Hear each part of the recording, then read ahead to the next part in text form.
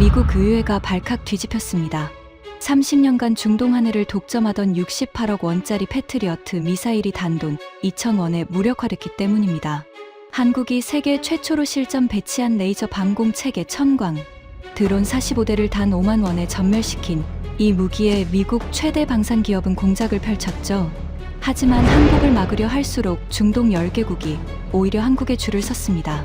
미 상원 군사위원회 수석 보좌관이 직접 목격한 충격적인 전말을 지금 공개합니다. 시작하기 전 구독과 좋아요, 그리고 대한민국 화이팅 댓글로 한국을 응원해주세요. 미국 방산 역사상 가장 수치스러운 전화가 걸려온 건 화요일 오전이었습니다. 상원 군사위원회 사무실은 늘 그렇듯 형광등 불빛 아래 서류 냄새가 가득했고, 복도에서는 보좌관들의 구두 소리가 규칙적으로 울리고 있었습니다. 저는 다음 주 청문회에 쓸 예산 보고서를 검토하고 있었습니다. 레이시온의 차세대 패트리어트 업그레이드 예산 47조 원 규모의 중동 방공 패키지 승인건이었죠. 펜 끝으로 숫자를 하나씩 짚어가며 소수점을 확인하고 있는데 책상 위 직통 전화가 울렸습니다. 수화기를 들자 펜타곤 중동사령부 연락장교의 목소리가 터져 나왔습니다. 디클렌 소령이라는 사람이었는데 평소 브리핑할 때 감정의 동요가 전혀 없기로 유명한 장교였습니다. 그런데 그날은 달랐습니다. 목소리가 반음쯤 높았고 단어 사이사이에 숨을 몰아쉬는 소리가 섞여 있었습니다. 브레넌 보좌관님, 긴급 상황입니다. UAE가 패트리어트 추가 도입 계약을 전면 보류했습니다. 저는 펜을 놓았습니다. 잘못 들은 줄 알았습니다. 보류라고요?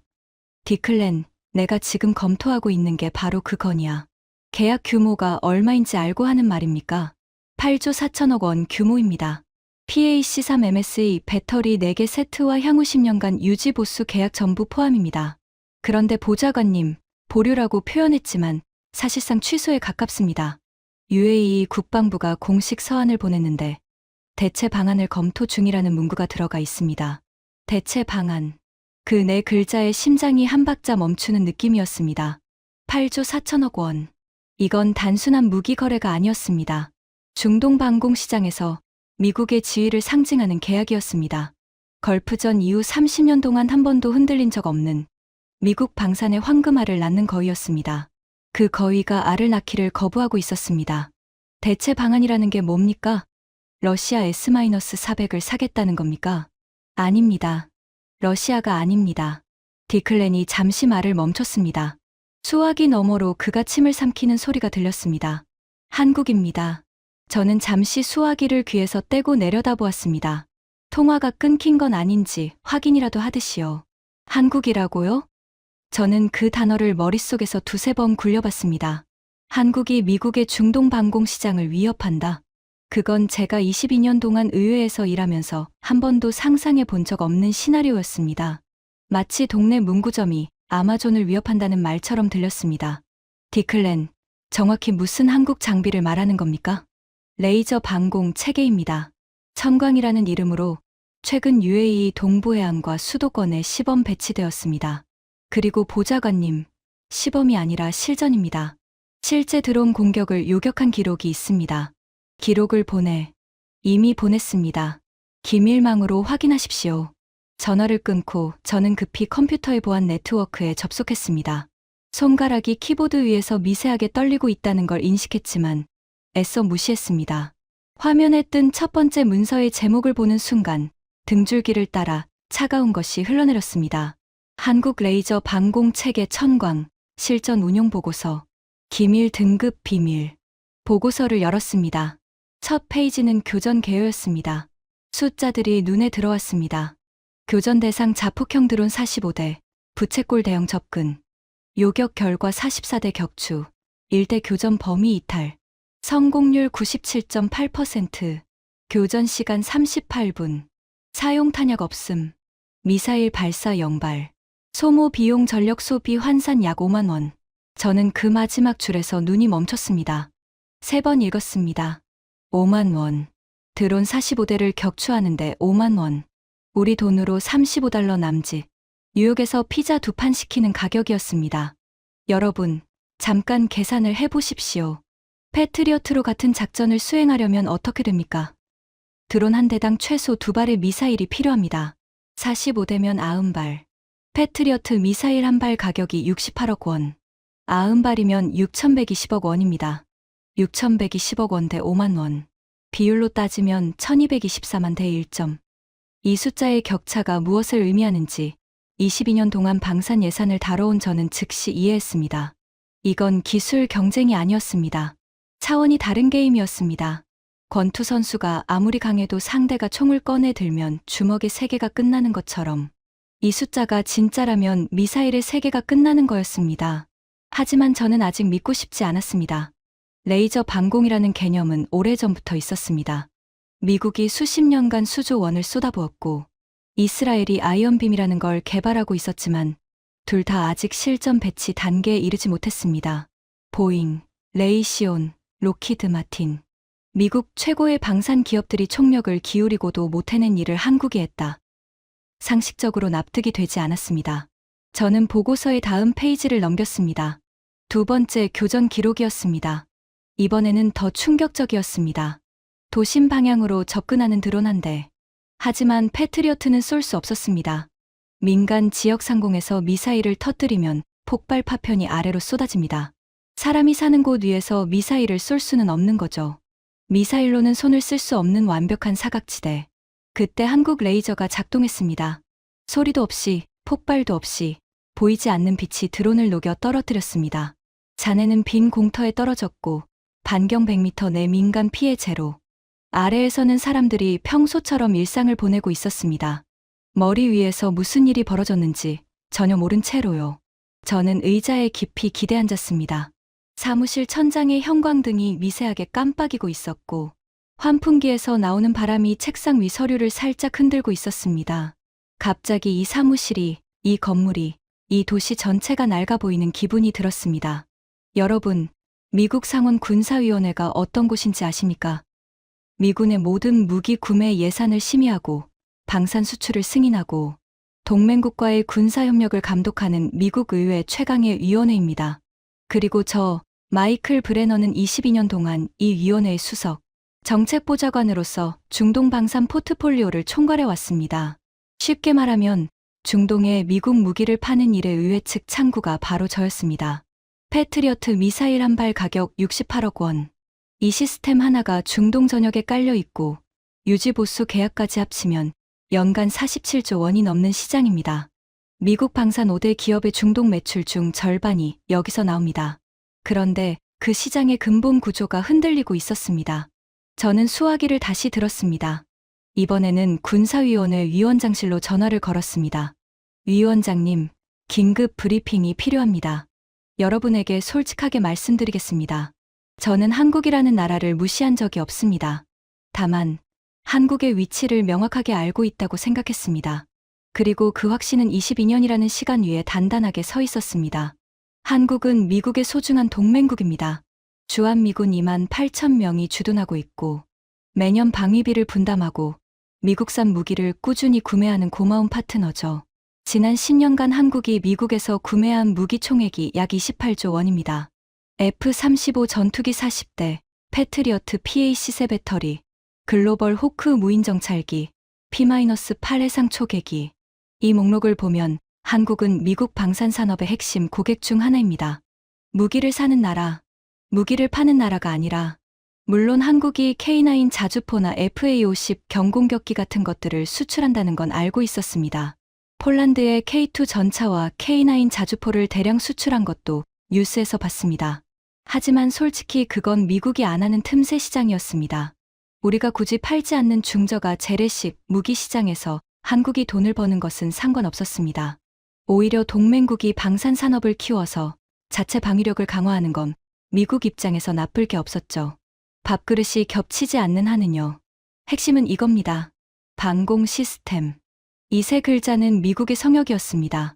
패트리어트, 사드, 이지스. 이 세 단어가 세계 방공 시장을 지배하고 있었고 30년 동안 그 구조의 정면으로 도전한 나라는 없었습니다.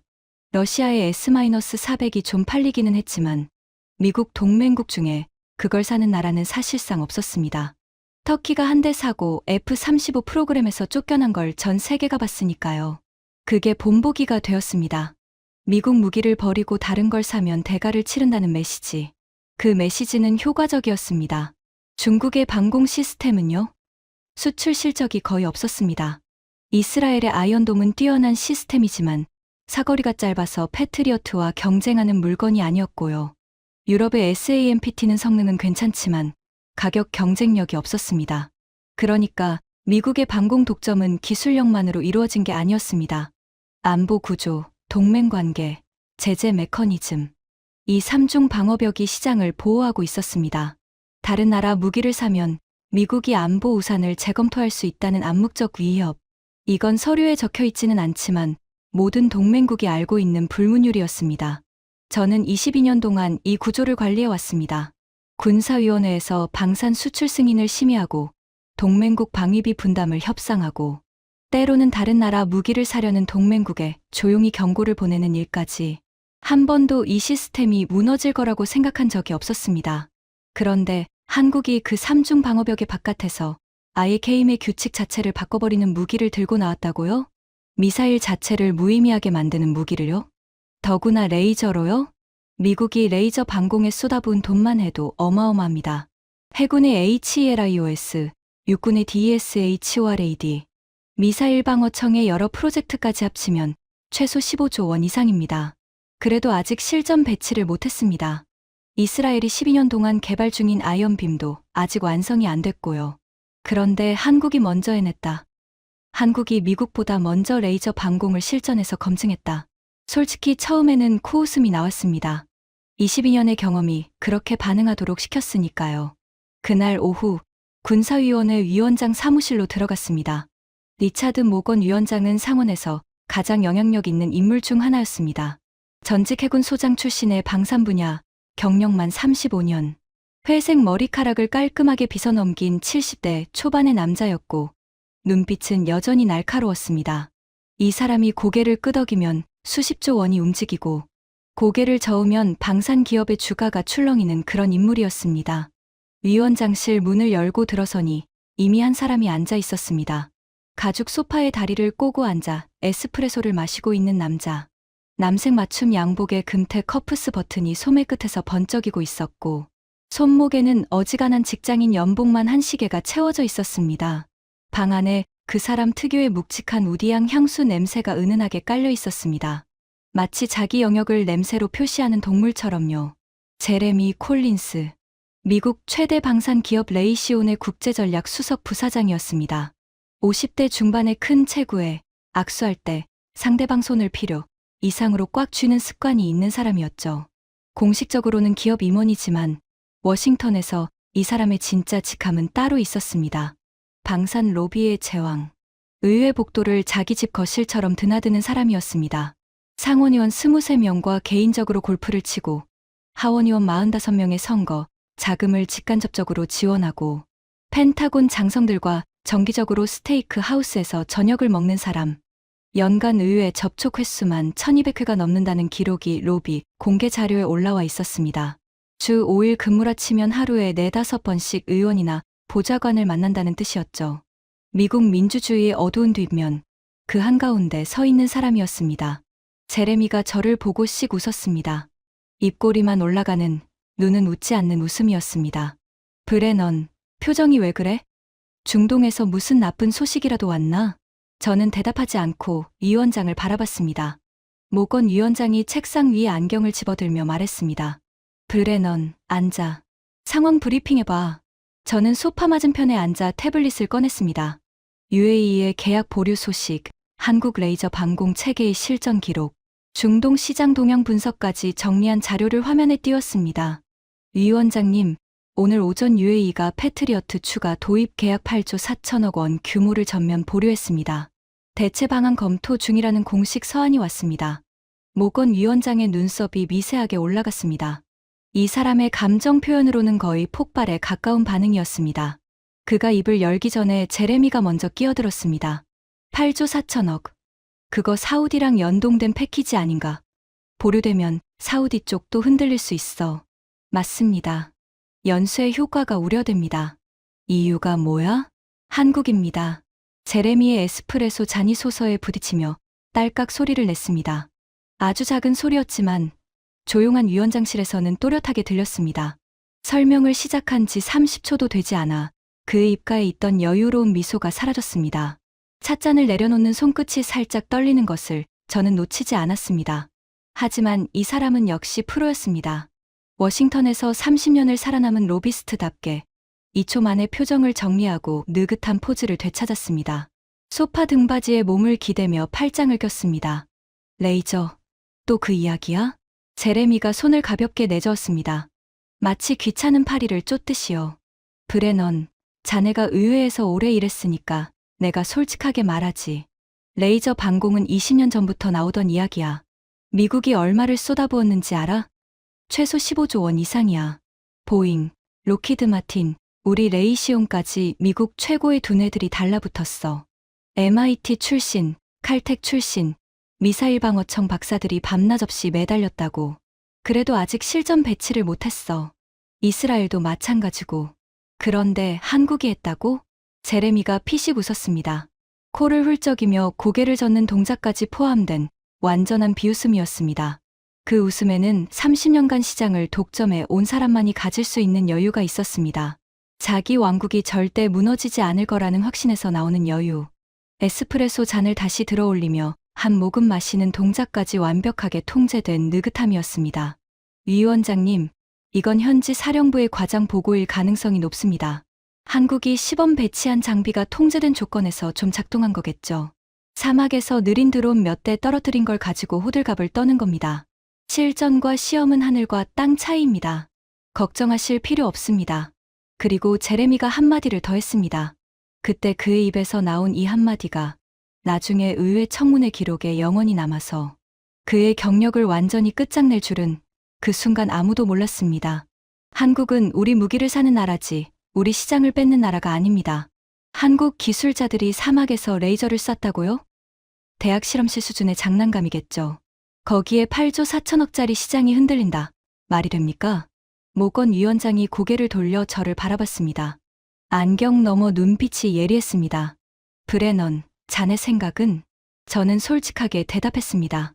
위원장님, 저도 제레미 부사장 말에 동의하고 싶습니다. 하지만 8조 4천억 원짜리 계약이 보류된 건 사실입니다. UAE는 바보가 아닙니다. 중동에서 가장 실용적이고 전략적인 국가입니다. 장난감 때문에 미국과의 관계를 감수하면서 계약을 보류하지는 않습니다. 회의실이 조용해졌습니다. 벽에 걸린 시계의 초침 소리가 또렷하게 들렸고 창밖에서 국회의사당 잔디를 깎는 기계 소리가 멀리서 윙윙거리고 있었습니다. 모건 위원장이 안경을 벗어 가슴 주머니에 넣으며 천천히 말했습니다. 그래, 그 점이 마음에 걸려. 브레넌, 직접 가서 확인해. 중동에서 정확히 무슨 일이 벌어지고 있는지, 한국 장비가 진짜로 작동하는 건지, 우리 시장이 실제로 위협받고 있는 건지. 2주 안에 보고서를 원한다. 다음 달 청문회 전에 정리가 되어야 해. 알겠습니다. 제레미가 자리에서 일어나며 양복 단추를 잠갔습니다. 동작 하나하나에 자신감이 묻어나는 사람이었습니다.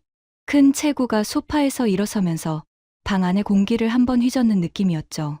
위원장님, 제가 도울 수 있습니다. 저희 레이시온 중동 지사에서 현지 상황을 잘 파악하고 있으니까요. 브레넌 보좌관과 동행하면 효율적일 겁니다. 현지 접촉처도 많고 UAE 국방부 인맥도 있으니까요. 위원장이 고개를 끄덕였습니다. 하지만 저는 제레미의 눈빛을 보았습니다. 도움을 주겠다는 눈빛이 아니었습니다. 상황을 통제하겠다는 눈빛이었습니다. 조사 결과가 자기에게 불리하게 나오는 걸 사전에 차단하겠다는 계산이 깔린 눈빛. 출장 준비를 하면서 저는 가능한 모든 자료를 긁어모았습니다. 한국 레이저 방공에 대한 공개 정보, 중동 방산 시장 동향, 우리 정보 기관이 수집한 기밀 분석 보고서, 국방과학위원회의 레이저 기술 평가서까지. 사무실 책상 위에 서류가 탑처럼 쌓여갔고 모니터에는 탭이 23개나 열려 있었습니다. 자료를 읽으면 읽을수록 이상한 기분이 들었습니다. 한국이 레이저 방공 체계를 개발하기 시작한 것은 꽤 오래 전이었습니다. 국방과학연구소라는 곳에서 기초 연구를 시작했고 하너디펜스라는 기업이 체계 개발을 맡았습니다. 이름은 천광, 하늘의 빛이라는 뜻이라고 적혀 있었습니다. 하늘의 빛이라 이름값을 제대로 하고 있는 셈이었죠. 여기까지는 별로 놀랍지 않았습니다. 세계 여러 나라가 레이저 방공을 연구하고 있으니까요. 하지만 다음 항목에서 눈이 멈춰버렸습니다. 총 투입 예산. 미국의 유사 프로젝트 대비 약 8분의 1 수준.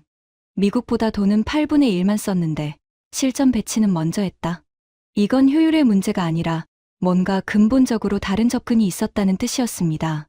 미국은 15조 원을 쓰고도 아직 실험실에서 헤매고 있는데 한국은 2조 원도 안 되는 돈으로 사막에서 실전 요격을 하고 있다. 두 가지 가능성이 있었습니다. 하나, 한국 시스템이 실제로는 제대로 작동하지 않고 데이터가 부풀려진 것. 둘, 한국이 진짜로 미국보다 나은 방법을 찾은 것. 첫 번째 가능성을 믿고 싶었습니다. 당연히 그래야 했습니다. 하지만 UAE의 8조 4천억 원짜리 결정이 계속 두 번째 가능성을 가리키고 있었습니다. 저는 보고서를 덮고 창밖을 바라봤습니다. 워싱턴의 야경이 내려다 보였습니다. 국회의사당 돔에 흰색 조명이 켜져 있었고 그 너머로 펜타곤 방향의 불빛들이 별처럼 반짝이고 있었습니다. 이 도시의 불빛 하나하나가 미국의 힘을 상징하는 것 같았습니다.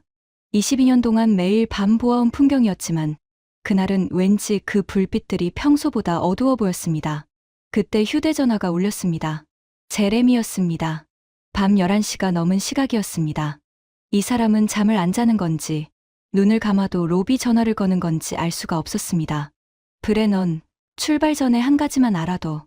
무슨 이야기입니까? 내가 이미 중동 쪽에 사람을 보냈어. 저는 서류를 넘기던 손을 멈췄습니다. 사람을 보냈다니 무슨 뜻입니까? UAE 국방부 차관보와 우리 레이시온 중동 총괄이 비공식 채널로 접촉했거든. 식사 자리를 만들었어. 패트리어트 계약 보류건은 내가 처리할 수 있어. 한국 장비가 좀 잘 되었다고 들떠있는 거지. 결국은 돌아올 거야. 30년 동안 쌓은 관계가 그렇게 쉽게 무너지겠어? 한국이 중동 안보를 책임진 적이 있어? 전쟁 나면 항공모함 보내줄 수 있어? 없잖아. 제레미의 목소리에는 자신감이 가득했습니다. 하지만 밤 11시에 전화를 걸어온다는 것 자체가 균열의 증거였습니다. 진짜로 자신 있으면 아침까지 기다렸겠죠. 30년 독점이 흔들릴 수 있다는 가능성 자체가 이 사람의 잠을 빼앗고 있었습니다. 그리고 브레넌, 하나만 더. 제레미의 목소리가 한 톤 낮아졌습니다. 사무적이던 톤이 사라지고 차갑고 단단한 무언가가 밑바닥에 깔렸습니다. 가서 쓸데없이 감동받지 마. 한국 사람들은 프레젠테이션을 잘해. 작은 성과를 크게 포장하는 데 능숙하지. 파워포인트 화면 하나에 속아 넘어가는 펜타곤 장교들 내가 수십 명 봤어. 자네의 임무는 팩트를 확인하는 거야. 감정이 아니라 숫자를 봐. 잠시 뜸을 들이더니 한마디를 더 했습니다. 그리고 말이야. 최종 보고서는 내가 검토한 뒤에 위원장에게 올라가는 게 좋겠어. 기술적인 부분은 우리 레이시온 엔지니어들이 검증해야 정확할 테니까. 현지 데이터를 우리 전문가가 분석해서 객관적인 평가를 덧붙이면 보고서 신뢰도가 올라가지 않겠나. 저는 수화기를 쥔 손에 힘이 들어가는 것을 느꼈습니다. 이 사람이 뭘 하려는 건지 뻔히 보였습니다. 조사 결과가 한국에 유리하게 나오면 보고서를 손보겠다는 뜻이었습니다.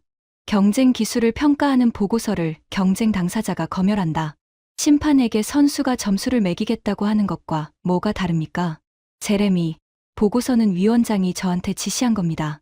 검토는 위원장이 하는 거지 당신이 하는 게 아닙니다.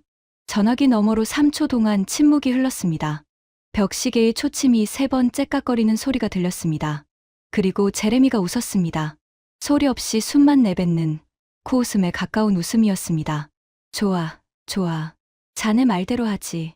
자네의 보고서니까. 다만 한 가지만 기억해. 이 시장이 무너지면 어떻게 되는지 알지? 제레미의 목소리가 다시 날카로워졌습니다. 마치 칼날을 양복 주머니에서 꺼내는 것처럼요. 미국 방산 산업 일자리 12만 개가 위험해져. 텍사스에 레이시온 미사일 생산 공장이 있고 엘라베마에 패트리어트 정비 시설이 있고 노스캐롤라이나에 부품 공장이 3곳이야. 거기서 일하는 노동자들이 가족을 먹여 살리고 있어. 그 사람들이 누구한테 투표하는지 알지? 모건 위원장 선거구에만 유권자 8,000명이야. 위원장이 재선 때 뭐라고 약속했는지 기억나? 방산 일자리 보호. 그게 한 번 공약이었어. 잠시 뜸을 들이더니 마지막 한마디를 덧붙였습니다. 보고서를 쓸 때 그 12만 명도 생각해줘. 자네가 뭘 쓰느냐에 따라 그 사람들의 크리스마스가 달라질 수도 있으니까. 전화가 끊어졌습니다. 저는 어두운 사무실에 한참 동안 앉아 있었습니다. 밖에서 경비원이 복도를 지나가는 발소리가 희미하게 들렸고, 건물 어딘가에서 에어컨이 우문거리는 소리가 낮게 울리고 있었습니다. 제레미의 마지막 말이 머릿속에서 맴돌았습니다. 일자리 12만 개, 유권자 8,000명, 크리스마스. 이건 기술의 문제가 아니었습니다. 정치의 문제였습니다. 그리고 정치의 세계에서는 진실보다 이익이 먼저입니다. 아무리 뛰어난 기술이라도 12만 표 앞에서는 무력할 수 있습니다. 제레미는 그걸 알고 있었고 그 지렛대를 쓸 준비가 되어 있었습니다. 하지만 동시에 다른 숫자도 떠올랐습니다. 68억 원 대 2,000원. 패트리어트 미사일 한 발의 가격과 레이저 한 번 교전의 전기료. 이 숫자가 만약 진짜라면 이건 정치로 막을 수 있는 문제가 아니었습니다. 경제의 중력처럼 결국은 아래로 떨어질 수밖에 없는 문제였습니다. 표가 아무리 많아도 중력을 이길 수는 없으니까요. 말채찍으로 기관차를 막을 수는 없으니까요. 다음 날 새벽 5시, 저는 앤드류스 공군기지에서 군용 수송기에 올라탔습니다. 새벽 공기가 차갑게 폐를 채웠고 활주로에 스며든 등유 냄새가 코를 찔렀습니다. 수송기 내부는 금속 벽면이 그대로 노출된 투박한 공간이었고 좌석은 캔버스 천으로 만든 접이식이었습니다. 제레미는 자기 회사 전용기를 타고 이미 전날 밤에 먼저 출발했습니다. 가죽 시트에 샴페인 마시면서 갔겠죠. 중동까지 약 14시간의 비행. 기내 좌석에 앉아 안전벨트를 매면서 저는 가방에서 보고서를 다시 꺼냈습니다. 한국 레이저 방공 체계 천광. 교전 비용 1회당 약 2,000원. 드론 한 대를 녹여 떨어뜨리는 비용이 편의점 커피 한 잔 값. 그 숫자가 진짜인지 장난감 수준의 과장인지 2주 안에 결론을 내야 했습니다. 그리고 그 결론에 따라 12만 명의 일자리가 47조 원의 시장이 그리고 미국 방산 30년 독점의 운명이 갈릴 수 있었습니다. 수송기가 활주로를 달리기 시작했습니다. 엔진 소리가 금속 벽을 타고 온몸을 진동시켰습니다. 이륙하는 순간 워싱턴의 불빛이 창밖으로 빠르게 멀어졌습니다. 국회의 사당 돔이 손톱만해지고 펜타곤이 점으로 줄어들고 곡구름 아래로 사라졌습니다. 대서양 위를 날고 있었습니다. 끝없는 어둠이 창밖에 펼쳐져 있었습니다. 그 어둠 어딘가 아래에 사막의 밤하늘에서 보이지 않는 빛이 조용히 드론을 녹이고 있을지도 모른다는 생각이 잠시 스쳤습니다. 하지만 저는 고개를 저었습니다. 아직은 아니라고. 미국의 30년 독점이 그렇게 쉽게 무너질 리 없다고. 22년의 경험과 제레미의 자신감이 그렇게 말하고 있었습니다. 그 경험이 완전히 산산조각 나기까지 앞으로 정확히 5일이 남아 있었습니다. UAE 알다프라 공군기지에 내린 순간 사막의 열기가 얼굴을 때렸습니다. 숨을 들이쉬는데 공기가 뜨거워서 폐가 화끈거렸습니다. 기온 48도. 활주로 위 아지랑이가 하늘과 땅의 경계를 지우고 있었습니다. 수송기 램프를 내려오는데 군함 밑창이 활주로 콘크리트에 닿자마자 열기가 발바닥을 타고 올라왔습니다. 기지 안내 장교가 차를 가지고 마중 나와 있었습니다. 미 중동사령부 소속 패트릭 데이라는 젊은 장교였는데 선글라스 아래로 보이는 눈가에 피로의 그림자가 짙었습니다. 브레넌 보좌관님, 먼 길 오시느라 수고하셨습니다. 숙소부터 안내해 드릴까요? 아닙니다. 바로 통합방공사령부로 가주십시오. 교전 기록부터 확인하겠습니다. 패트릭 대위가 살짝 놀란 듯했지만 바로 고개를 끄덕였습니다. 차가 기지 안도로를 달리는 동안 창밖으로 패트리어트 포대가 보였습니다. 발사대 위에 미사일이 장전된 채 하늘을 향해 서 있었습니다.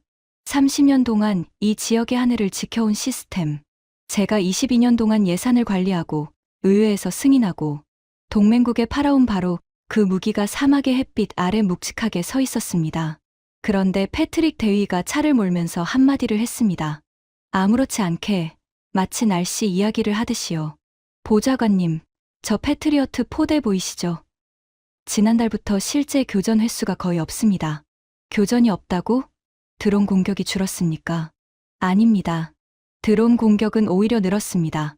한 달 전보다 빈도가 거의 2배로 증가했습니다. 그런데 패트리어트가 안 쏜다고요? 패트릭 대위가 백미러로 저를 흘끗 보았습니다. 한국 시스템이 다 처리하고 있거든요. 저는 창밖의 패트리어트 포대를 다시 바라보았습니다. 사막의 열기 속에 꿈쩍도 않고 서 있는 미사일 발사대. 아직 위풍당당한 모습이었지만 방금 들은 말이 사실이라면 저것은 이미 퇴역한 노병이나 다름없었습니다. 하늘을 향해 서 있지만 더 이상 하늘을 지키지 않는 무기. 통합방공사령부에 도착하니 제레미가 이미 와 있었습니다. 전날 밤 전용기로 먼저 도착한 거죠. 브리핑룸 한쪽에 앉아 레이시온 중동지사 직원 2명과 뭔가를 속닥거리고 있었습니다. 저를 보자 손을 들어 가볍게 인사했습니다. 여유로운 표정이었습니다. 이미 뭔가 손을 써 놓았다는 표정. 브레넌, 어서 와. 나도 방금 도착해서 현지 상황을 좀 들었는데 역시 예상대로야. 한국 장비가 좀 작동한 건 맞지만 제한적인 조건에서의 성과야. 실전이라고 부르기엔 규모가 작아. 저는 대답하지 않고 브리핑 담당 장교에게 말했습니다. 교전 기록 전체를 보여주십시오. 원본 데이터 그대로요. 장교가 스크린에 데이터를 띄웠습니다. 화면이 켜지는 순간 브리핑룸 안의 공기가 바뀌었습니다. 지난 한 달간의 교전 일지가 표로 정리되어 있었습니다. 날짜, 시간, 드론수, 요격수단, 결과, 비용. 줄줄이 나열된 데이터를 위해서 아래로 읽어 내려가는데 한 가지 패턴이 선명하게 보였습니다. 초반 일주일 패트리어트 요격 7회, 한국 레이저 요격 3회, 둘째 주 패트리어트 3회, 레이저 8회, 셋째 주 패트리어트 1회, 레이저 12회, 넷째 주 패트리어트 0회, 레이저 15회. 패트리어트의 교전 횟수가 일주일 단위로 급감하고 레이저가 그 자리를 채우고 있었습니다. 마지막 주에는 패트리어트가 단 한 발도 발사되지 않았습니다. 이게 무슨 뜻입니까? 브리핑 장교가 담담하게 대답했습니다. UAE 측이 교전 우선권을 한국 레이저 체계에 부여했습니다. 드론 위협이 탐지되면 레이저가 먼저 대응하고 레이저로 처리 불가능한 고속탄도 위협에만 패트리어트가 투입되는 구조로 재편되었습니다. 제레미의 얼굴이 굳어졌습니다. 커피잔을 들고 있던 손이 미세하게 멈춘 것을 저는 보았습니다. 하지만 역시 2초 만에 표정을 회복했습니다. 그건 단순히 비용 절감 시도야. 드론 같은 저급 위협의 비싼 미사일을 쓰는 건 비효율적이니까. 진짜 위협이 오면 결국 패트리어트가 나서야 해. 레이저는 보조수단이지 주력이 아니야. 브리핑 장교가 잠시 제레미를 바라보다가 다음 슬라이드를 넘겼습니다. 비용 비교 차트였습니다. 지난 한 달 총 교전 비용. 패트리어트 11회 교전, 미사일 34발 소비, 총 비용 2,312억 원. 한국 레이저 38회 교전, 드론 127대 격추, 총 비용 18만 원. 2,312억 원 대 18만 원. 브리핑룸이 조용해졌습니다. 에어컨이 돌아가는 소리만 웅웅거리고 있었습니다. 저는 그 숫자를 멍하니 바라보았습니다. 워싱턴에서 보고서로 읽었을 때와 현장에서 직접 볼 때의 충격은 완전히 달랐습니다. 보고서의 숫자는 추상적이었지만 이 스크린 위의 숫자는 살아 있었습니다. 바로 이 기지에서, 이 사막 위에서 지난 한 달 동안 실제로 벌어진 일이었습니다. 제레미가 입을 열었습니다. 그 한국 시스템의 제한사항은 날씨 영향, 사거리, 동시 교전 능력, 분명히 약점이 있을 거야. 브리핑 장교가 고개를 끄덕이며 다음 슬라이드를 넘겼습니다. 물론 제한 사항이 있습니다. 악천후 시 출력이 감소하고 현재 유효 사거리는 수킬로미터 수준이며 탄도 미사일 같은 고속 표적에는 아직 대응하지 못합니다. 제레미가 의기양양하게 손을 펼쳤습니다. 거봐, 제한적이잖아. 패트리어트를 대체할 수준이 아니라는 거야. 하지만 부사장님. 브리핑 장교가 조용히 말을 이었습니다.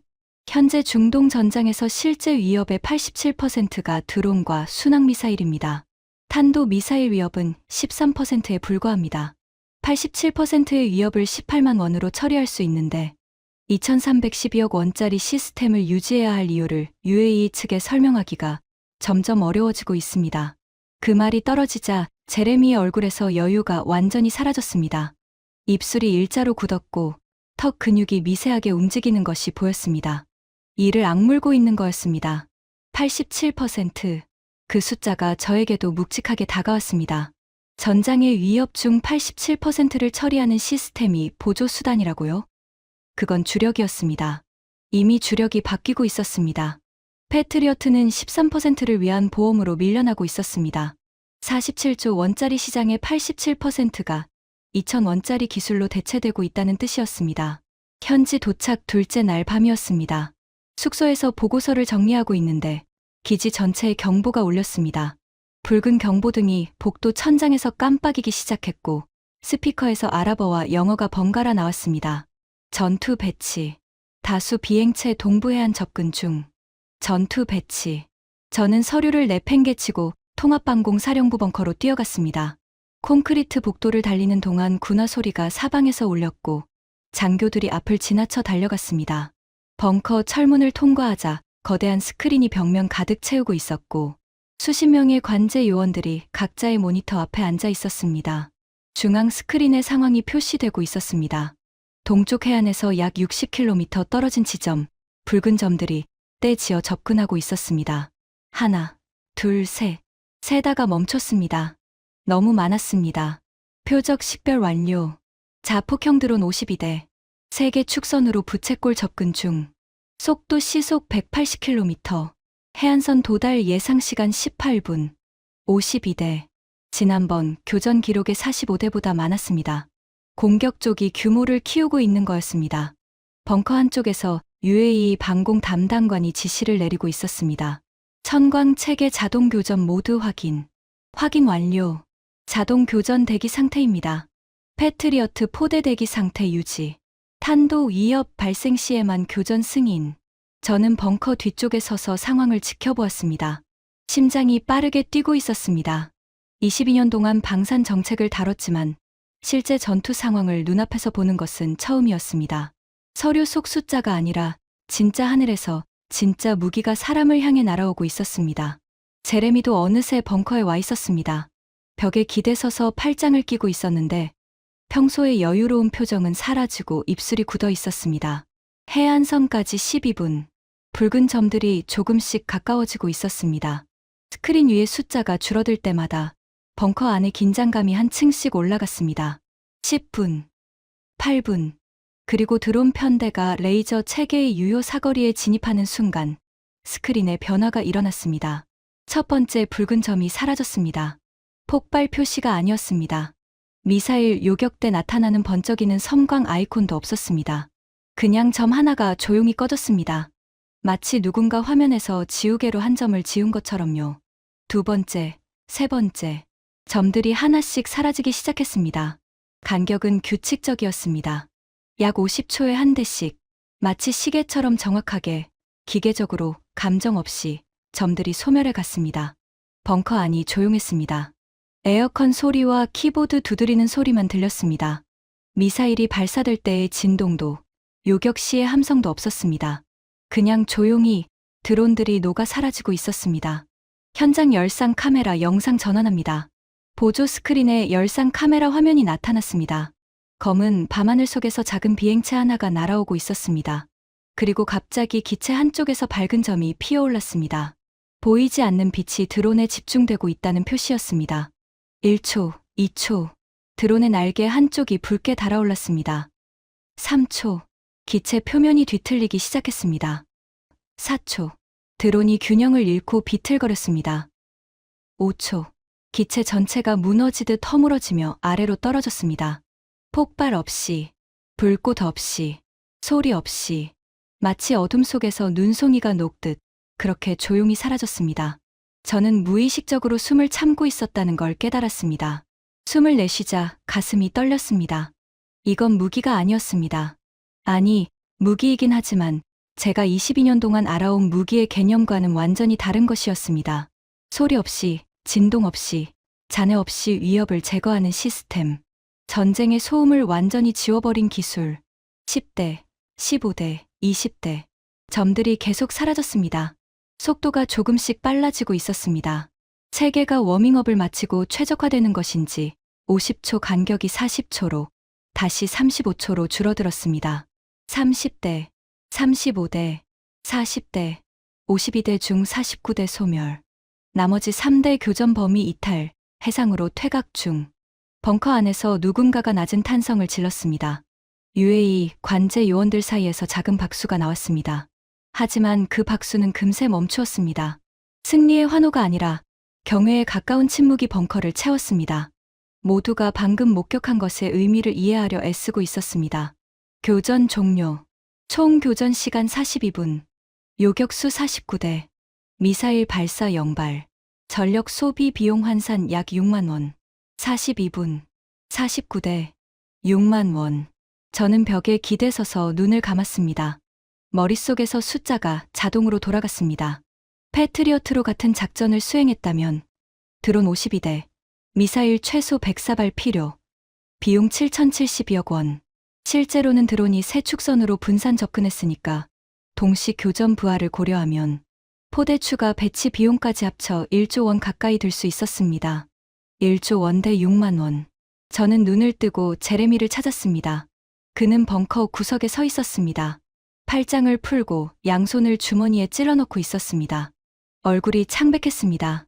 형광등 불빛 아래에서도 분명히 알 수 있을 정도로요. 입술이 미세하게 떨리고 있었고 이마에는 땀이 맺혀 있었습니다. 사막의 열기 때문이 아니었습니다. 벙커 안은 에어컨이 강하게 돌아가서 오히려 서늘했으니까요.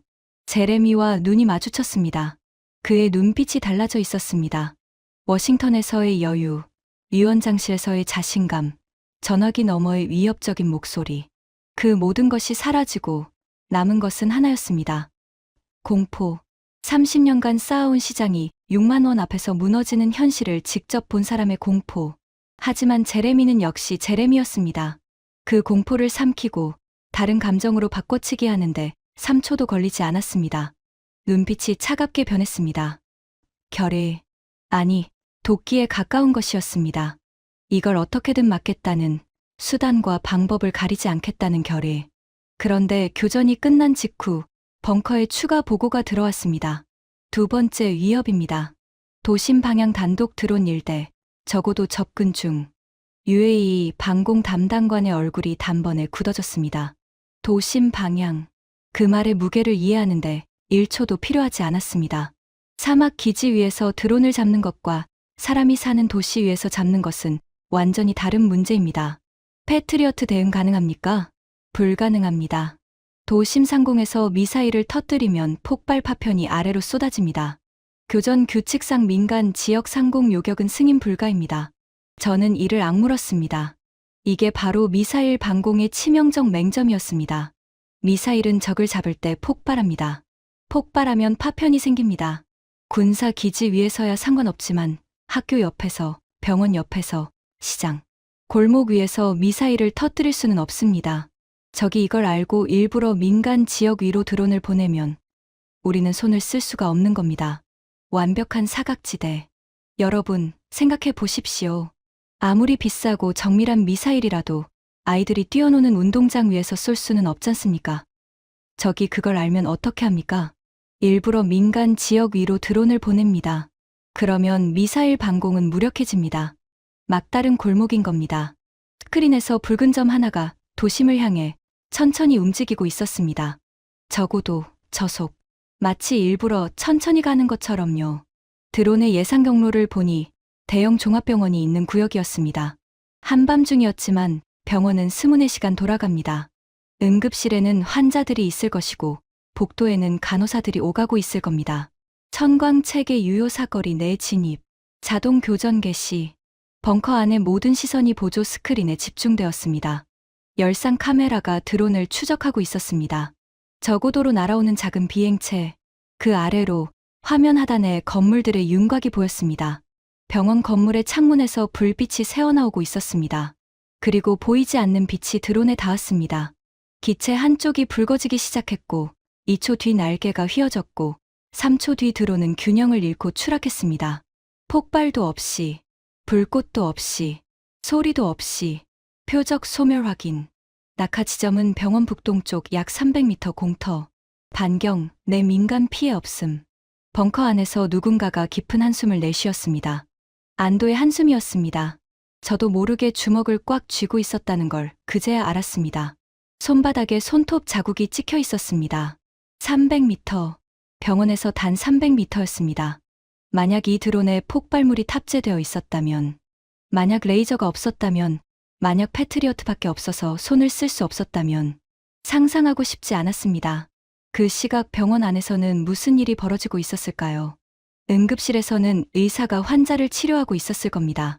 병실에서는 환자 가족이 간이 침대에서 뒤척이고 있었을 겁니다. 신생아실에서는 갓 태어난 아기가 잠들어 있었을지도 모릅니다. 그 사람들 중 아무도 모릅니다. 자기 머리 위 300m 하늘에서 보이지 않는 빛이 위협을 지워버렸다는 사실을요. 폭발 없이, 파편 없이, 소음 없이 한국이 만든 빛 한 줄기가 병원의 밤을 지켰습니다. 저는 그 순간 이것이 단순한 비용 문제가 아니라는 걸 깨달았습니다. 68억 원 대 2,000원이라는 숫자도 중요하지만 진짜 핵심은 따로 있었습니다. 패트리어트가 구조적으로 할 수 없는 일을 이 한국 시스템이 해냈다는 거였습니다. 민간인 위에서 민간인을 지키는 방어 시스템. 폭발 없이 위협을 제거하는 방어 시스템. 이건 대체 수단이 아니라 새로운 차원의 기술이었습니다. 무기는 원래 파괴를 위해 존재합니다. 적의 미사일을 파괴하고, 적의 드론을 격추하고, 적의 전투기를 떨어뜨리는 것. 그것이 무기의 역할이었습니다. 하지만 그날 밤, 저는 처음으로 무기가 사람의 일상을 지킬 수 있다는 장면을 목격했습니다. 파괴하지 않고 보호하는 무기. 전쟁의 소음 없이 평화를 유지하는 기술. 22년 동안 수천 건의 무기 거래를 심의하면서 무기를 숫자로만 봐왔습니다. 성능 수치, 가격, 수출 규모, 예산 배정. 하지만 그날 밤 숫자가 아닌 것을 봤습니다. 병원 창문에서 새어나오는 불빛을 봤습니다. 그 불빛이 꺼지지 않도록 지켜낸 보이지 않는 빛을 봤습니다. 그리고 그 빛을 만든 나라가 한국이었습니다. 제레미가 움직이기 시작한 건 교전이 끝난 바로 다음 날부터였습니다. 아침에 숙소 식당에서 마주쳤을 때 그는 전화기를 귀에 대고 낮은 목소리로 통화하고 있었습니다. 저를 보자 손으로 입을 가리며 몸을 돌렸습니다. 통화 내용은 들리지 않았지만 그 사람의 눈빛이 말하고 있었습니다. 전쟁이 시작되었다고. 첫 번째 공작은 은밀했습니다. 그날 오후 저는 UAE 국방부 관계자와 미팅이 잡혀 있었습니다. 한국 레이저 체계의 운용 상황을 UAE 측에서 직접 듣기 위한 자리였죠. 그런데 미팅 시작 1시간 전 UAE 측에서 연락이 왔습니다. 미팅이 취소되었다고. 이유는 일정 충돌. 이상하다고 생각했습니다. 사흘 전에 확정된 일정인데 갑자기 충돌이라니. 패트릭 대위에게 확인을 부탁했습니다. 30분 뒤 패트릭이 돌아왔는데 얼굴이 좀 복잡했습니다. 보좌관님, UAE 국방부 차관보가 오늘 다른 미팅이 잡혔습니다. 레이시온 중동 총괄과 비공식 만찬이요. 제레미였습니다. 제가 UAE 측과 만나기 전에 먼저 차관보를 불러내서 자기 이야기를 심어놓는 거였습니다. 무슨 이야기를 했는지는 모르지만 제레미가 어떤 카드를 쓰는지는 뻔했습니다. 미국 안보 우산. 한국 장비를 쓰면 미국과의 관계가 어떻게 될지 모른다는 암묵적 경고. 두 번째 공작은 더 노골적이었습니다. 다음 날 워싱턴에서 뉴스가 터졌습니다. 상원 군사위원회 소속 해리슨 의원이 기자회견을 열고 발언한 겁니다. 동맹국들이 검증되지 않은 제3국 방공 기술을 도입하는 것은 지역 안보 구조의 안정성을 심각하게 훼손할 수 있습니다. 미국은 이러한 움직임을 면밀히 주시하고 있으며 필요한 조치를 취할 준비가 되어 있습니다. 검증되지 않은 제3국. 그 표현이 가리키는 대상이 어디인지 전 세계가 알 수 있었습니다. 한국이었습니다. 해리슨 의원. 텍사스 출신 공화당 상원의원으로 방산기업 밀집 지역을 지역구로 두고 있는 사람이었습니다.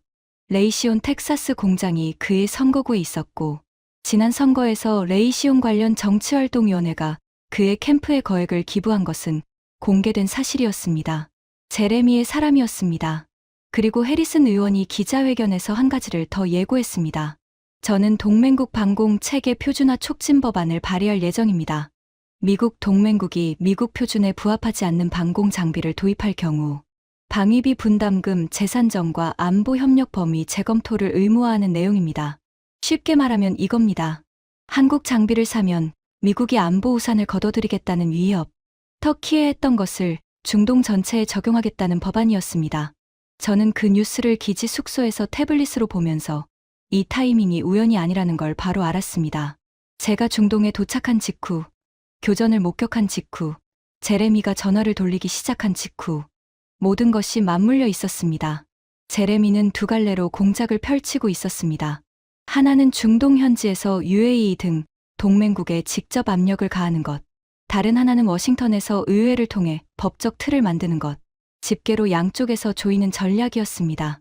세 번째 공작은 가장 비열했습니다. 그 다음 날 저는 한국방공운용팀이 주둔하고 있는 구역을 방문하려고 했습니다. 직접 한국 기술자들을 만나서 장비를 확인하고 운용 기록을 받아보려고 했죠. 그런데 기지 출입 게이트에서 막혔습니다. 보좌관님, 해당 구역 출입이 제한되었습니다. 제한.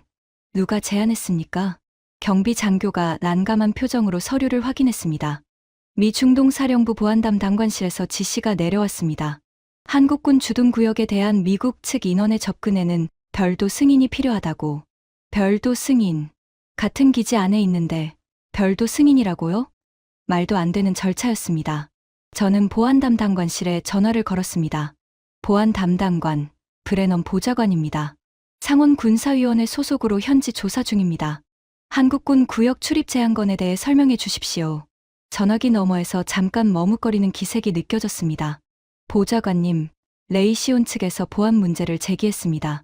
한국 레이저 체계의 기술 정보가 미국 방산 기업의 영업 비밀과 관련될 수 있다는 우려인데요. 레이시온이 보안 문제를 제기했다고요? 한국 장비의 보안을 미국 기업이 왜 걱정합니까? 그게 제레미 콜린스 부사장님이 직접 보안담당관실을 방문하셔서 더 이상 듣지 않아도 충분했습니다. 제레미가 한국 팀과 저희 접촉 자체를 차단하려고 한 거였습니다. 내가 한국 기술자들을 만나면 진실을 알게 되니까, 진실을 알면 보고서에 쓸 테니까, 그걸 막겠다는 거였습니다. 저는 전화를 끊고 바로 모건 위원장에게 보고했습니다. 위원장님, 현지에서 제 조사 활동이 방해받고 있습니다. 모건 위원장의 목소리가 차가워졌습니다. 누가? 제레미 콜린스입니다. 5초 동안 침묵이 흘렀습니다. 그리고 위원장이 말했습니다. 브레넌, 자네에게 부여된 조사 권한은 상원군사위원회 위원장 명의야. 누구든 방해하면 의회 모독으로 처리할 수 있어. 그걸 제레미에게 전해. 그 한마디면 충분했습니다. 위원장 명의의 조사 권한은 미군 시설 내에서 사실상 무제한 접근을 보장합니다. 방산 기업 로비스트가 막을 수 있는 것이 아니었습니다. 30분 뒤, 저는 한국군 주둔구역 앞에 서 있었습니다. 출입 제한은 해제되었고 경비병이 경례를 하며 길을 열어주었습니다. 하지만 그 과정에서 한 가지를 확인했습니다. 제레미는 이미 선을 넘었다는 것을. 공정한 평가를 원하는 게 아니라 한국을 짓밟는 결과를 원하고 있다는 것을. 그리고 그 목적을 위해서라면 의회 조사를 방해하는 것까지 서슴지 않을 사람이라는 것을. 저는 걸음을 멈추고 사막의 하늘을 올려다보았습니다. 낮인데도 하늘이 거의 하얗게 보일 정도로 햇빛이 강렬했습니다.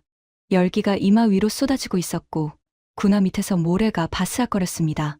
저 하늘 위 어딘가에서 어젯밤 보이지 않는 빛이 52대의 드론을 녹여 떨어뜨렸습니다. 6만 원어치 전기로. 아무 소리도 없이. 그리고 그 빛을 만든 사람들이 이 울타리 안에 있었습니다. 제레미의 공작에도 불구하고 중동 시장의 흐름은 막을 수 없었습니다. 오히려 해리슨 의원의 기자회견이 역효과를 냈습니다. 현지 도착 나흘째 아침, 패트릭 대위가 브리핑 자료를 가지고 왔습니다. 보좌관님, 밤새 상황이 많이 움직였습니다. 자료를 펼치니 중동 각국의 반응이 정리되어 있었습니다. 사우디아라비아 국방부가 한국 레이저 방공 체계 도입 검토를 위한 실무위원회를 공식 구성했습니다. 중동 최대 방산 시장이자 미국 무기의 가장 큰 고객인 사우디가 한국을 공식적으로 검토하기 시작한 겁니다. 카타르 공군 장비국장이 한국방위사업청에 기술 설명회를 공식 요청했습니다. 오만 합참 기술자문관이 천광 시스템의 사양과 운용 조건에 대한 상세 문의를 보냈습니다. 쿠웨이트 국방부 차관이 비공식 채널로 한국 측에 접촉, 가격과 납기 조건을 타진했습니다. 바레인 왕실 경호실이 주요 시설 방어용으로 소규모 도입 의향을 표명했습니다. 중동 5개국이 동시에 움직이고 있었습니다. 이게 해리슨 의원 발언 이후 상황입니까? 네. 해리슨 의원이 제3국 기술 도입에 대한 제재를 언급한 직후부터 오히려 문의가 폭증했습니다. 저는 쓴웃음이 나왔습니다. 예상한 대로였습니다. 미국이 위협하면 할수록 중동 국가들은 더 빠르게 대안을 찾습니다. 터키 사례를 다들 봤으니까요. 미국이 아닌 다른 선택지가 있다면 굳이 100% 미국에 의존할 이유가 없다는 계산이었습니다. 그리고 결정적인 소식이 하나 더 있었습니다. 보좌관님, 이건 오늘 새벽에 들어온 겁니다. 패트릭이 서류맨 아래에서 한 장을 꺼냈습니다. 이스라엘입니다. 이스라엘 방위군 기술참모부가 한국 국방과학연구소에 기술 교류를 제안했다는 정보였습니다. 아이언빔 개발에 참고하기 위해 첨광의 실전 데이터를 공유받고 싶다는 내용이었습니다. 이스라엘이요? 중동 방공 기술의 또 다른 강자, 아이언돔의 나라. 아이언빔을 12년째 개발 중인 이스라엘이 한국에 기술 교류를 요청했다. 저는 그 서류를 2번 읽었습니다. 이스라엘이 방공 기술에서 다른 나라에 배우겠다고 나선 것은 제가 아는 한 처음이었습니다. 이건 단순한 관심 표명이 아니었습니다. 사실상의 패배 선언이었습니다. 자기들이 12년 동안 못한 것을 한국이 해냈다는 것을 인정한 거였습니다. 패트릭, 이 정보의 신뢰도는 정보기관 확인 완료입니다. 채널 2곳에서 교차 검증되었습니다. 저는 서류를 내려놓고 잠시 생각에 잠겼습니다. 중동 5개국의 이스라엘까지. 이건 더 이상한 나라의 구매 결정이 아니었습니다. 글로벌 방공 시장의 지각 변동이 시작된 거였습니다. 그런데 이게 끝이 아니었습니다. 그날 오후 모건 위원장에게 정기 보고를 하는 도중이었습니다. 브레넌, 너한테 아직 안 말한 게 있어. 위원장의 목소리가 무거웠습니다. 유럽에서 연락이 왔어. 나토 회원국 4곳에서 한국 방공 체계에 대한 기술 협력을 타진해왔다고 하네. 나토요? 저는 잠시 말을 잃었습니다. 나토는 사실상 미국 중심의 군사 동맹입니다. 그 동맹의 회원국들이 미국이 아닌 한국의 방공 기술에 관심을 보이기 시작했다. 이건 중동을 넘어서 미국의 핵심 동맹 체계 자체가 흔들리기 시작한 신호였습니다. 어느 나라들입니까? 폴란드, 노르웨이, 그리스, 그리고 에스토니아. 우크라이나 전쟁 이후 드론 방어가 급해진 나라들이야. 폴란드는 이미 한국에서 K2 전차와 K9 자주포를 사고 있었습니다. 그 경험이 좋았으니 레이저까지 넘어오는 건 당연한 수순이었죠. 노르웨이, 그리스, 에스토니아. 이 나라들은 러시아와의 긴장 관계에서 드론 방어가 절실한 상황이었습니다. 위원장님, 제레미가 이 사실을 알고 있습니까? 아직 모를 거야. 이건 국무부 채널로 들어온 정보니까. 저는 전화를 끊고 한참 동안 생각했습니다. 상황을 정리해봤습니다. 중동 5개국, 이스라엘, 나토 4개국, 총 10개국이 한국 레이저 방공에 관심을 보이고 있었습니다. 그리고 이 모든 움직임이 사막에서의 실전 교전 이후 불과 몇 주 사이에 벌어진 겁니다. 30년간 미국이 독점해온 시장에 금이 가고 있었습니다. 그리고 그 금은 점점 빠르게 퍼지고 있었습니다. 제레미의 로비와 해리슨의 법안으로 막을 수 있는 수준이 아니었습니다. 댐에 금이 갔는데 손가락으로 구멍을 막으려는 것과 같았습니다. 5째 날 오전, 저는 드디어 한국 방공 운용팀 주둔 구역에 들어갔습니다. 울타리 안쪽은 예상과 완전히 달랐습니다. 레이시온이나 로키드 마틴의 해외 주둔지를 여러 번 방문한 적이 있는데 그곳들은 언제나 깔끔하게 정돈되어 있었습니다. 에어컨이 나오는 컨테이너 사무실, 잘 정리된 장비실, 기업 로고가 새겨진 유니폼, 기업답게 체계적이고 세련된 환경이었죠. 한국팀의 주둔지는 달랐습니다. 컨테이너 숙소 몇 동과 장비 경납고 하나가 전부였습니다. 에어컨 실외기가 쉴 새 없이 돌아가고 있었지만 경납고 안은 바깥보다 나을 게 없어 보였습니다. 벽면에 기업 로고 대신 한글로 된 작업 지침서가 테이프로 붙어 있었고 바닥에는 케이블이 거미줄처럼 깔려 있었습니다. 하지만 장비는 달랐습니다. 경납고 중앙에 놓인 첨광 시스템은 컴팩트하지만 정교한 외형을 하고 있었습니다. 군용 트럭 위에 탑재된 형태로 레이저 발생기와 추적 레이더, 광학 조준 장비가 하나로 통합되어 있었습니다. 제가 본 미국의 레이저 시험 장비들은 건물 한 동 크기였는데 이건 트럭 한 대에 다 올라가 있었습니다. 운용팀 책임자는 한국군 소령이었습니다. 윤상민이라는 이름의 40대 초반 장교였는데 키가 크지 않은 다부진 체격의 얼굴이 사막의 햇빛에 검게 그을려 있었습니다. 악수를 하는데 손바닥이 거칠었습니다. 실험실에만 있는 사람의 손이 아니었습니다. 브레넌 보좌관님, 환영합니다. 안내해 드리겠습니다. 윤소령의 영어는 유창하지는 않았지만 정확했습니다. 필요한 말만 골라서 하는 사람이었습니다. 윤소령, 단도직입적으로 묻겠습니다. 교전 기록의 숫자들이 정확합니까? 과장이나 수정된 부분은 없습니까? 윤소령이 잠시 저를 바라보았습니다. 기분이 나쁘다는 표정은 아니었습니다. 오히려 그 질문을 기다리고 있었다는 듯이 고개를 끄덕였습니다. 보좌관님, 저희가 데이터를 조작할 이유가 없습니다. 이건 시범이 아니라 실전입니다. 실전에서 거짓말은 사람을 죽입니다. 모든 교전 기록은 UAE 통합방공사령부와 실시간으로 공유되고 있고, 기록 원본에 대한 접근 권한을 드릴 수 있습니다. 직접 확인하십시오. 저는 고개를 끄덕이고 경납고 안으로 들어갔습니다. 윤소령이 모니터 앞에 서서 교전 기록 데이터베이스를 열었습니다. 날짜별, 교전별 원시 데이터가 그대로 저장되어 있었습니다. 레이더 추적 기록, 레이저 출력 로그, 드론 소멸 시점, 전력 소비 기록까지 모든 것이 초 단위로 남아 있었습니다. 저는 30분 동안 데이터를 훑었습니다. 조작의 흔적은 없었습니다. 시간 순서가 완벽하게 일치했고 UAE 측 기록과 교차 검증이 가능했습니다. 오히려 워싱턴에서 받은 보고서보다 원본 데이터가 더 인상적이었습니다. 보고서에는 요약만 있었지만 원본에는 교전 하나하나의 세밀한 과정이 모두 기록되어 있었으니까요. 데이터 확인을 마치고 나서 윤소령에게 물었습니다. 이 시스템을 개발하는데 얼마나 걸렸습니까? 기초 연구부터 합치면 거의 15년입니다. 미국이 유사한 프로젝트에 15조 원 이상을 쏟고도 아직 실전 배치를 못했습니다. 한국은 그보다 훨씬 적은 예산으로 어떻게 먼저 도달한 겁니까? 윤소령이 잠시 생각하더니 말했습니다. 보좌관님, 저는 기술자이지 정치인이 아니라서 솔직하게 말씀드리겠습니다. 미국은 완벽한 시스템을 만들려고 했습니다. 모든 위협에 대응하고, 모든 환경에서 작동하고, 모든 조건을 충족하는 만능 시스템을요. 그래서 요구 사항이 계속 늘어나고 프로젝트가 비대해지고 비용이 폭발한 겁니다. 그래서 한국은 어떻게 했습니까? 저희는 지금 가장 필요한 것에 집중했습니다. 드론입니다. 현대 전장에서 가장 큰 위협이 뭡니까? 값싼 드론이 때로 몰려오는 겁니다. 저희는 그 문제 하나를 풀기 위해 모든 걸 쏟았습니다. 탄도 미사일 대응은 패트리어트에 맡기고 저희는 드론만 잡았습니다. 완벽한 시스템 대신 가장 급한 문제를 풀 수 있는 시스템을 먼저 만든 겁니다. 저는 그 말에 고개를 끄덕였습니다. 심플하지만 핵심을 찌르는 전략이었습니다. 미국이 맞는 칼을 만들려다 20년을 허비하는 동안 한국은 가장 급한 칼 한 자루를 먼저 완성한 거였습니다. 그리고 그 칼이 현대 전장에서 가장 빈번한 위협의 87%를 해결하고 있었습니다.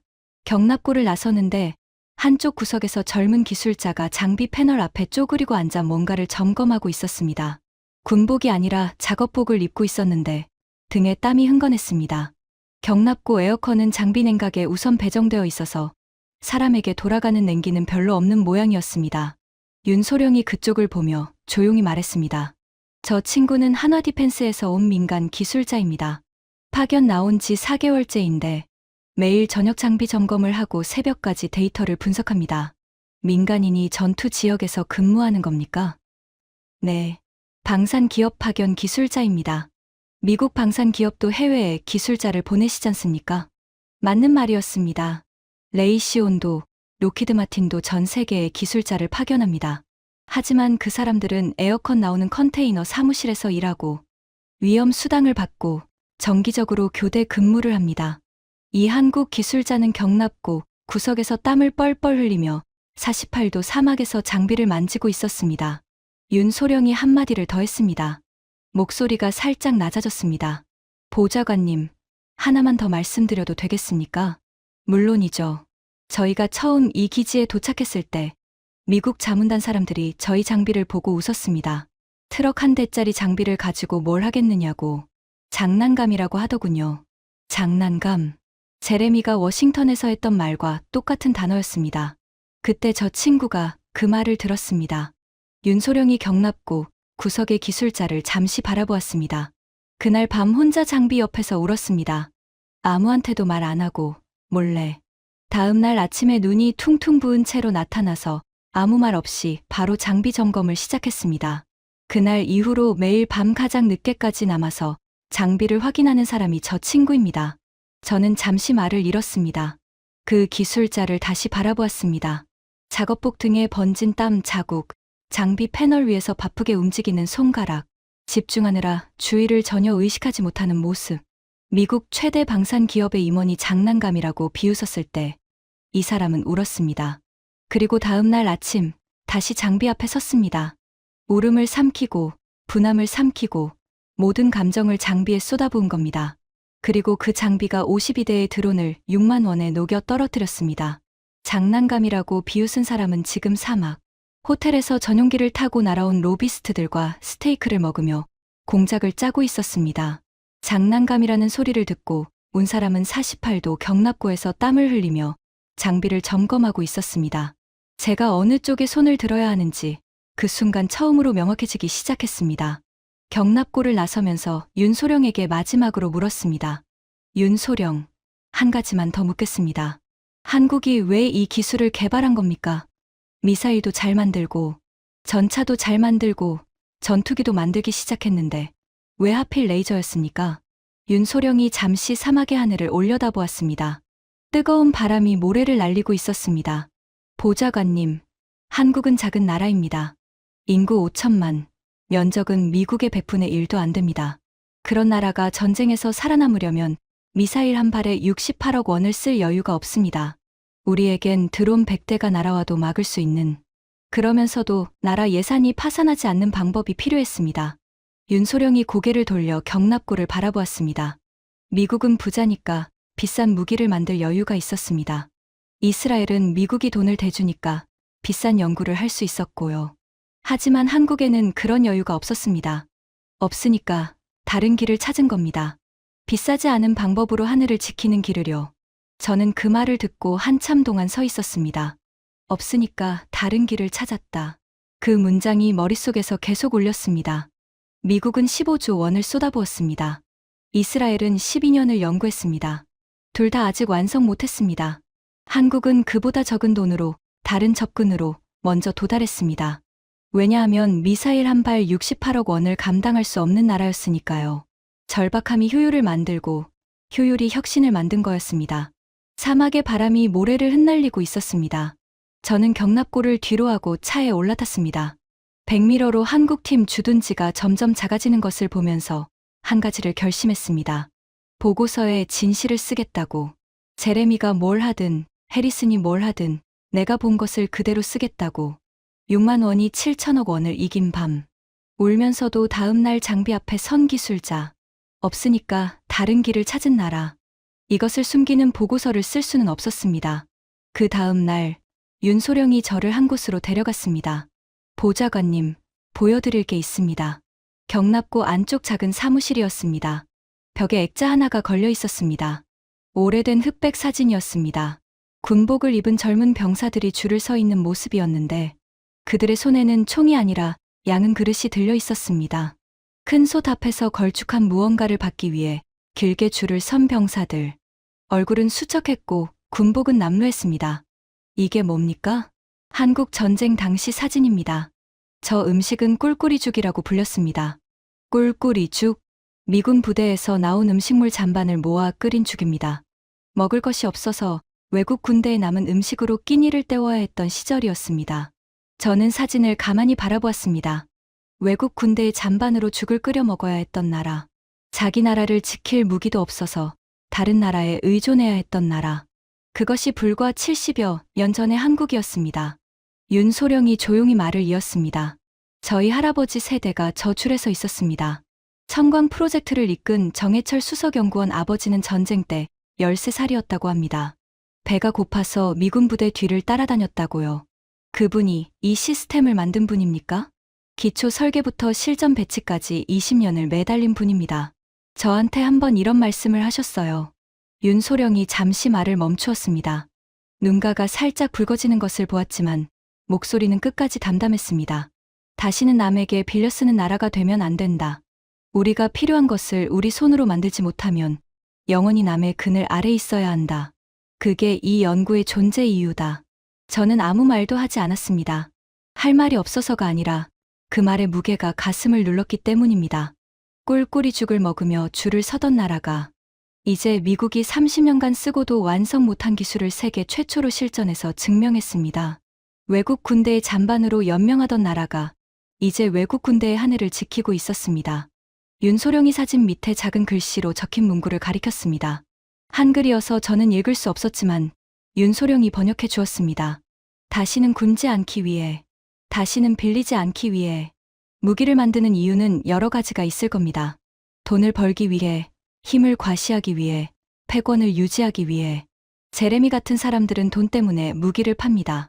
47조 원짜리 시장을 지키기 위해서요. 하지만 이 사람들의 이유는 달랐습니다. 다시는 굶지 않기 위해, 다시는 빌리지 않기 위해.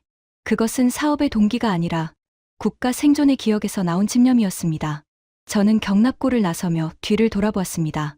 48도의 열기 속에서 한국 기술자가 여전히 장비 패널 앞에 쪼그리고 앉아 있었습니다. 등에 땀이 흘러내리고 있었지만 고개를 숙인 채 손을 쉬지 않았습니다. 꿀꿀이 죽을 먹으면서도 포기하지 않았던 나라의 후손이 사막의 열기 속에서 장비를 돌리고 있었습니다. 장난감이라고 비웃는 소리를 듣고 울었지만 다음 날 아침 다시 장비 앞에 선 사람이 지금 이 순간에도 이 하늘을 지키고 있었습니다. 사막의 바람이 모래를 흩날리고 있었습니다. 저는 차에 올라타면서 결심을 굳혔습니다. 보고서에 진실을 쓰겠다고. 제레미가 뭘 하든, 해리슨이 뭘 하든 내가 본 것을 그대로 쓰겠다고. 이것을 숨기는 보고서를 쓸 수는 없었습니다. 워싱턴으로 돌아오는 비행기 안에서 저는 보고서를 완성했습니다. 14시간의 비행 동안 한 글자도 고치지 않았습니다. 사막에서 본 것을 그대로 적었습니다. 숫자도, 장면도, 결론도. 수송기의 엔진 소리가 금속 벽을 타고 우웅거렸고, 기내 조명은 어두웠지만 노트북 화면의 불빛 아래에서 손가락은 멈추지 않았습니다. 앤드류스 공군기지에 착륙한 직후 보고서를 모건 위원장에게 제출했습니다. 위원장은 읽는데 40분이 걸렸습니다. 다 읽고 나서 안경을 벗으며 한마디 했습니다. 이거 폭탄이야. 사실입니다. 위원장님. 알아. 그래서 폭탄이라는 거야. 모건 위원장이 잠시 창밖을 바라보았습니다. 국회의사당 잔디밭에 스프링클러가 돌아가고 있었습니다. 다음 주 청문회에서 직접 브리핑해. 비공개 세션으로 잡겠어. 그 소식이 제레미에게 전해진 것은 하루도 걸리지 않았습니다. 청문회 이틀 전 제레미에게서 전화가 왔습니다. 목소리가 전과 달랐습니다. 여유는 완전히 사라지고 날카롭고 빠른 톤이었습니다. 브레넌, 보고서 내용을 들었어. 기밀 보고서를 어떻게 들었습니까? 그건 중요하지 않아. 중요한 건 자네가 청문회에서 뭘 말하느냐야. 보고서에 적힌 대로 발표하면 의회가 패트리어트 예산을 삭감할 수 있어. 그러면 생산 라인이 축소되고 공장이 문을 닫고 사람들이 일자리를 잃어. 그게 자네가 원하는 결과야? 제가 원하는 건 진실을 보고하는 겁니다. 진실. 제레미가 코웃음을 쳤습니다. 브레넌, 워싱턴에서 22년을 일하고도 아직 모르나. 여기서 진실은 힘이 있는 쪽이 결정하는 거야. 자네 보고서 하나로 30년 된 시스템을 뒤집을 수 있다고 생각해. 제레미, 나는 사막에서 52대의 드론이 6만 원에 사라지는 걸 직접 봤습니다. 병원 위에서 소리 없이 드론을 녹이는 걸 봤습니다. 패트리어트가 구조적으로 할 수 없는 일을 한국 시스템이 해내는 걸 봤습니다. 그리고 당신이 의회 조사를 방해한 것도 봤습니다. 3초 동안 침묵이 흘렀습니다. 자네, 지금 나를 위협하는 거야? 사실을 말하는 겁니다. 좋아. 그럼 청문회에서 보지. 전화가 끊어졌습니다. 저는 수화기를 내려놓으며 손이 떨리고 있다는 걸 알았습니다. 하지만 두려움 때문이 아니었습니다. 22년 만에 처음으로 누군가의 눈치를 보지 않고 진실을 말하겠다는 결심이 온몸에 전류처럼 흐르고 있었습니다. 청문회 당일, 상원 군사위원회 청문회실은 지하 2층에 있는 비공개 회의실이었습니다. 방음 처리된 벽, 보안 스크린, 녹화 장비. 의원석에는 모건 위원장을 포함해 위원회 소속 상원의원 8명이 앉아 있었습니다. 그리고 한쪽 끝에 해리슨 의원이 있었습니다. 팔짱을 끼고 저를 노려보고 있었습니다. 그 뒤에 제레미가 방청석에 앉아 있었습니다. 맞춤 양복의 금태 커프스 버튼. 하지만 그 여유로운 외모 뒤에 숨겨진 긴장감을 저는 느낄 수 있었습니다. 턱 근육이 미세하게 움직이고 있었으니까요. 브레넌 수석보좌관, 중동 현지 조사 결과를 보고해 주십시오. 모건 위원장의 한마디에 청문회가 시작되었습니다. 저는 20분 동안 보고서의 핵심을 발표했습니다. 교전 데이터, 비용 비교, 중동 각국의 반응, 나토의 관심, 이스라엘의 기술 교류 제한. 숫자 하나하나를 스크린에 띄우며 설명했습니다. 청문회실이 조용했습니다. 의원들의 표정이 점점 심각해지는 것을 느꼈습니다. 발표를 마치자마자 해리슨 의원이 마이크를 잡았습니다. 브레넌 보좌관, 이 보고서는 한국 측 데이터를 사실상 그대로 받아들인 것 아닙니까? 독립적인 검증 절차를 거쳤습니까? 교전 데이터는 UAE 통합방공사령부의 원본 기록과 교차 검증했습니다. 미 중동사령부 연락장교도 현장에 입회했습니다. 그리고 저는 교전을 직접 목격했습니다. 직접 목격했다고요? 그건 주관적 경험이지 객관적 검증이 아닙니다. 해리슨의 목소리가 날카로워졌습니다. 미리 준비한 질문이라는 것이 뻔히 보였습니다. 보좌관, 한국 레이저 체계의 기술적 한계에 대해서는 왜 충분히 다루지 않았습니까? 악천후 성능 저하, 사거리 제한, 탄도 미사일 대응 불가, 이런 심각한 약점들을 경시하고 있지 않습니까? 저는 준비한 자료를 꺼냈습니다. 해리슨 의원님, 말씀하신 한계점은 보고서 17페이지에 모두 기술되어 있습니다. 하지만 동시에 현재 중동 전장 위협의 87%가 드론과 순항미사일이라는 점도 기술했습니다. 청광 체계는 그 87%를 커버합니다. 나머지 13%를 위해 패트리어트가 여전히 필요하다는 것도 명시했습니다. 이것은 패트리어트의 종말이 아니라 방공 생태계의 재편입니다. 해리슨이 입을 열려는 순간 옆자리에 캘리포니아 출신 민주당 상원의원이 끼어들었습니다. 잠깐, 해리슨 의원. 제가 하나 확인하고 싶은 게 있습니다. 그 의원이 서류를 뒤적이더니 고개를 들었습니다. 브레넌 보좌관, 이 보고서에 보니 레이시온의 제레미 콜린스 부사장이 현지에서 보좌관의 조사 활동을 방해한 정황이 기록되어 있습니다. 한국군 주둔구역 출입을 차단하고 UAE 관계자와의 미팅을 사전에 가로채고 심지어 보고서 사전 검열까지 시도했다고요. 이게 사실입니까? 청문회실의 공기가 한순간에 바뀌었습니다. 방청석에서 제레미의 몸이 살짝 앞으로 기우는 것이 보였습니다. 사실입니다. 모든 정황은 보고서, 부록의 날짜와 시간, 관련자 이름과 함께 기록되어 있습니다. 웅성거림이 퍼졌습니다. 의원들이 서로 눈빛을 교환했습니다. 해리슨 의원이 다급하게 마이크를 잡았습니다. 그건 별개의 문제이고 핵심은 한국 기술의 신뢰성 여부입니다. 미국이 30년간 축적한 방공 체계를 검증되지 않은 신기술로 대체하는 것은 안보적 모험입니다. 모건 위원장이 손을 들었습니다. 청문회실이 즉시 조용해졌습니다. 해리슨 의원, 브레넌 보좌관이 가져온 데이터에 따르면 한국 레이저 체계는 지난 한 달간 38회 실전 교전에서 성공률 97.3%를 기록했습니다. 미사일 발사 0발, 총 비용 18만 원. 이것은 검증되지 않은 기술이 아닙니다.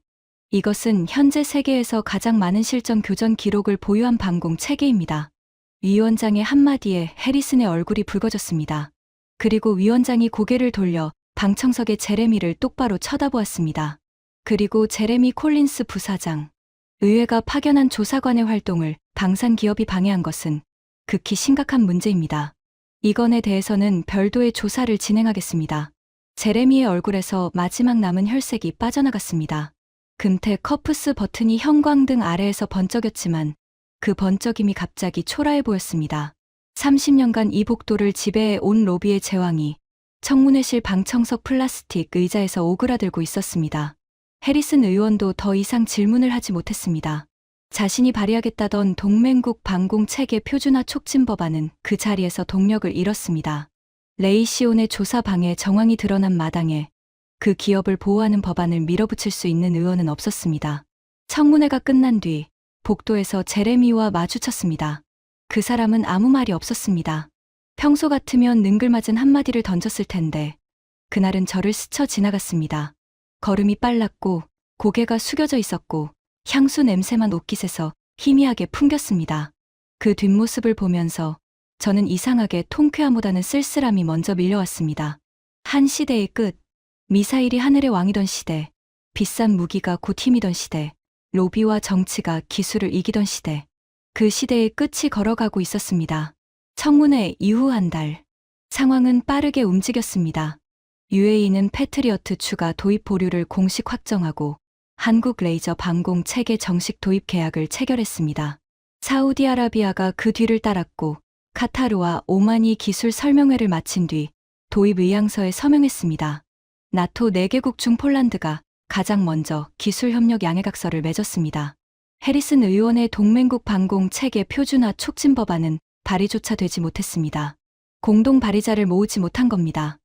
레이시온에 대한 의회 조사 방해 건으로 제레미 콜린스는 수석 부사장직에서 사임했습니다. 워싱턴의 로비 복도에서 그의 이름은 더 이상 들리지 않았습니다. 국제군사전략연구소가 특별 보고서를 발간했습니다. 제목은 이렇습니다.